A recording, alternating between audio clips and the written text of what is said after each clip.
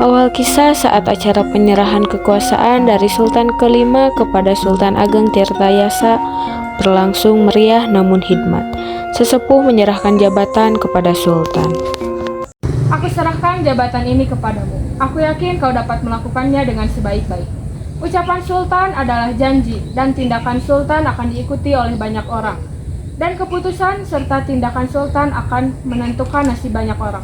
Oleh sebab itu, aku yakin kau dapat melakukannya, Pangeran Dipati. Terima kasih, insya Allah saya akan menjalankan tugas dengan baik dan benar. Saya meminta bimbingan dari para ketua dan para sesepuh. Sudah berbulan-bulan sejak hari penobatan itu, Sultan Ageng melakukan tugas-tugasnya seperti membuat irigasi, memperhatikan kesejahteraan rakyat, menemukan solusi untuk mengatasi permasalahan sosial, dan tugas lainnya dengan baik. Kerajaan Banten pun berkembang pesat karena kelihayan Sultan Ageng dalam mengelola kerajaan. Oleh sebab itu, Belanda mulai datang dan memata-matai keluarga Sultan dan kerajaan.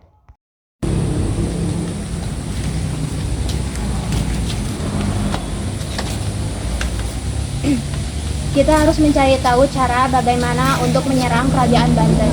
Kita juga tidak bisa langsung menyerang kesultanan dan juga istana. FYI, kerajaan Banten memiliki angkatan perang yang sangat tangguh dan bijaksana dalam mengambil keputusan. Benar sekali apa yang dikatakan Jenderal Banten itu. Strategis tentaranya sangat rukun. Pihak VOC harus mengetahuinya dan menguasainya. Kita harus terus-menerus memata-matai keluarga Sultan Banten itu dan kita bisa menghancurkannya. Apakah kamu masih bisa percaya dengan kemampuanku?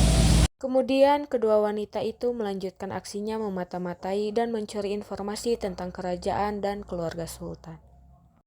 Aku punya ide bagus untuk memulai penyerangan. Bagaimana kalau kita memulai dengan bernegosiasi? Jujur, kukira sultan yang kita hadapi ini seorang ababil yang mudah diperalat. It's so hard. Daerah mereka kekurangan pangan dan kita bisa melakukan kerjasama. Dan kita bisa membantu mereka. Setelah itu, Alena dan Oksana bergegas pergi ke istana Surosowan dan menemui Sultan di istana. Namun tak disangka-sangka kedatangan mereka sebagai perwakilan dari VOC ditolak Sultan Ageng. Ternyata usaha yang dilakukan kedua belum berhasil, akhirnya mereka diusir oleh pegawai. Takut mengusir mereka itu sudah benar. Bagaimana bahkan terjadi penyerangan. Aku bukannya takut akan penyerangan, tetapi akan banyak lagi nyawa yang akan melayang dan rakyat jelata akan sengsara. Keputusanmu sudah sangat benar. Bagaimanapun mereka ingin memonopoli Banten. Rakyat adalah prioritas kita. Percayalah padaku, kelak jika akan terjadi peperangan, prajurit kita terkenal tangguh dan pemberani. Kita tidak tahu kedepannya akan seperti apa. Yang kita bisa lakukan saat ini adalah berdoa dan bertawakal. Terima kasih atas bimbinganmu, penasehat, dan telah menemaniku dalam segala keadaan. Itu sudah tugasku, Tuan.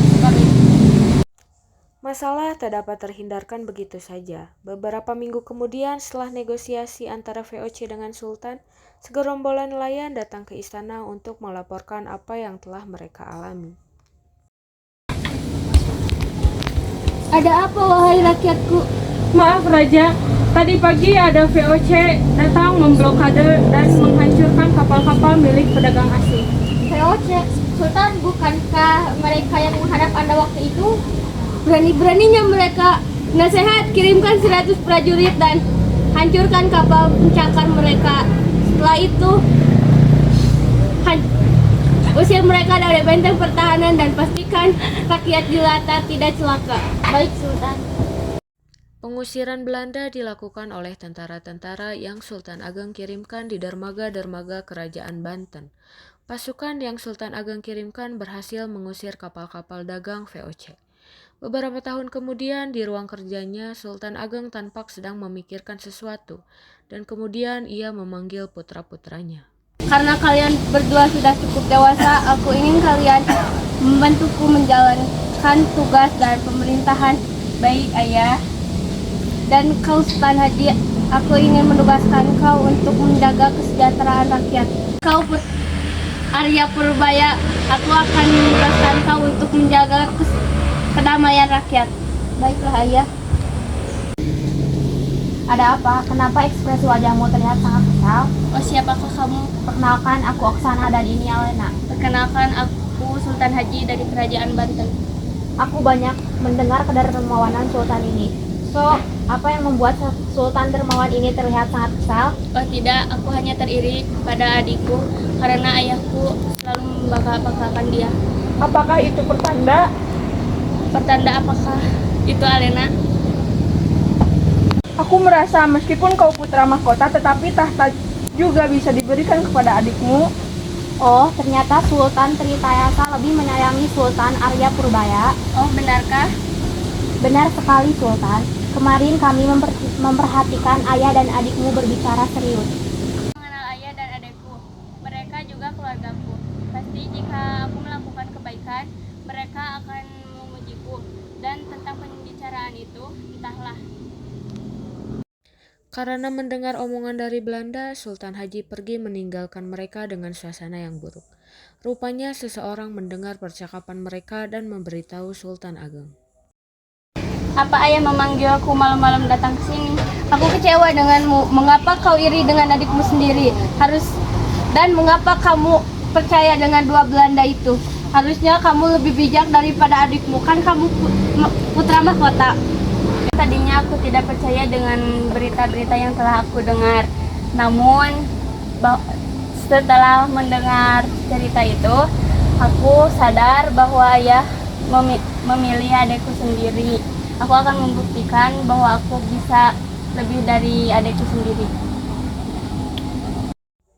Sultan Haji pun menemui Alena dan Oksana. Ia dihasut agar menyerang kerajaan milik ayahnya sendiri untuk menunjukkan kekuatannya. Sultan Haji yang sedang tak dapat berpikir jernih pun menyetujuinya. Kakak, kamu dari mana saja? Kamu baru pulang? Tidak usah memanggilku kakak lagi, aku sudah tahu kebusukanmu. Aku bisa jelaskan ini semua salah paham. Sudah tidak percaya kamu lagi, aku bisa bertindak lebih dari kamu. Halo friend, Kesultanan Banten lebih butuh orang yang tangguh seperti kakakmu. Namun, kenapa Sultan lebih memilih diriku? Itu tidak benar, ini semua salah paham. Oh ya, kita lebih baik ketemu Sultan terlebih dahulu. Mengapa kalian mencariku? Kalian datang hanya ingin mempengaruhi anakku saja, Sultan Haji. Apakah Sultan seperti ini masih pantas menjadi kepemimpinan kesultanan? Ayah, larilah biar aku yang menyelesaikannya. Seharusnya kamu yang menghadapinya, bukan ayah. Aku melakukan itu agar ayah aman darimu dan dari dua Belanda bodoh ini. Hentikan, berhentilah, ayah, ini terlalu bahaya. Ayah, larilah, ini terlalu bahaya. Akhirnya Kesultanan Banten pun jatuh ke tangan VOC. Sejak saat itu, rakyat Banten benar-benar mengalami penyiksaan yang sangat berat. Sewa tanah yang besar, penyiksaan, kelaparan, dan segala bentuk penjajahan yang diatur oleh VOC benar-benar menyulitkan mereka.